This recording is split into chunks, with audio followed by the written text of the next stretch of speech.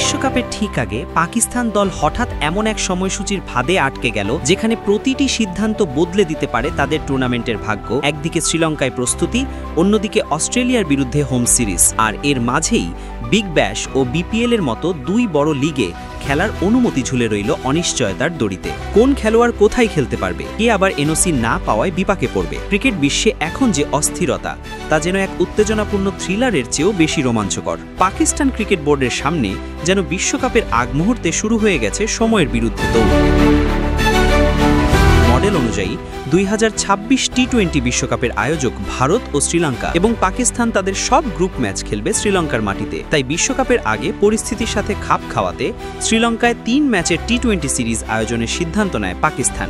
জানুয়ারি 7, 9 ও 11 তারিখে অনুষ্ঠিত হবে এই সিরিজ। এই সিরিজ শেষ করেই পাকিস্তান দল ফিরে আসবে দেশে বিশ্বকাপ প্রস্তুতি ক্যাম্পের জন্য। কিন্তু ক্যাম্প শেষ হওয়ার আগেই তাদের সামনে অপেক্ষা করছে আরও একটি বড় চ্যালেঞ্জ। জানুয়ারির শেষ দিকে অস্ট্রেলিয়া আসবে পাকিস্তানে একটি সিরিজ খেলতে। লক্ষ্য একটাই, উপমহাদেশের কন্ডিশনের সঙ্গে আরও ভালোভাবে মানিয়ে নেওয়া। কিন্তু এই ব্যস্ততার মাঝেই বড় প্রশ্ন, পাকিস্তানের জাতীয় দলের সদস্যরা বিগ ব্যাশ লিগ ও বাংলাদেশ প্রিমিয়ার লিগ বিপিএলে কবে খেলবে? ইতোমধ্যে পাকিস্তানের একাংশ ক্রিকেটার ব্যস্ত আছে ইন্টারন্যাশনাল লিগ টি-20তে, যা 2 ডিসেম্বর থেকে শুরু হয়ে চলবে 4 জানুয়ারি পর্যন্ত। অর্থাৎ এই সূচির সাথে বিগ ব্যাশ বা বিপিএল এর সরাসরি সংঘর্ষ নেই। কিন্তু সমস্যা শুরু হলো 4 জানুয়ারির পর থেকে। বিপিএল শুরু হবে 14 ডিসেম্বর, চলবে 23 জানুয়ারি পর্যন্ত। অন্যদিকে বিগ ব্যাশ শুরু 26 ডিসেম্বর, শেষ 25 জানুয়ারি। এই দুই লিগের মাঝেই পড়ছে পাকিস্তান দলের সিরিজ, শ্রীলঙ্কায় প্রস্তুতি ক্যাম্প এবং অস্ট্রেলিয়া সিরিজ। ফলে যে ক্রিকেটাররা টি-20 দলে ডাক পাবেন তাদেরকে ফ্র্যাঞ্চাইজিগুলোর কাছ থেকে সপ্তাহখানেকের ছুটি নিতে হবে।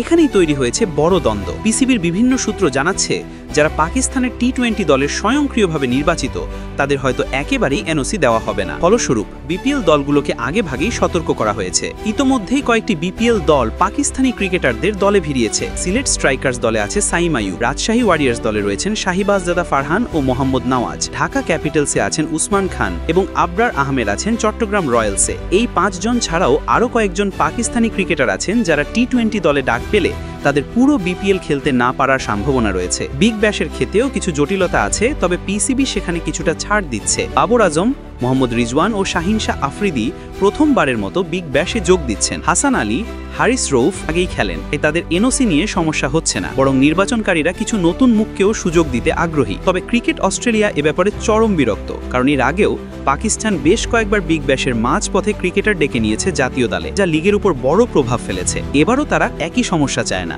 কিন্তু বিপিএল এর ক্ষেত্রে বোর্ড আরও কঠোর। পিসিবির সূত্রের বরাতে জানা যায়, এনওসি দেওয়ার আগে প্রত্যেক খেলোয়াড়ের আন্তর্জাতিক সিরিজ, ক্যাম্প ও ফিটনেস বিবেচনায় নেওয়া হবে।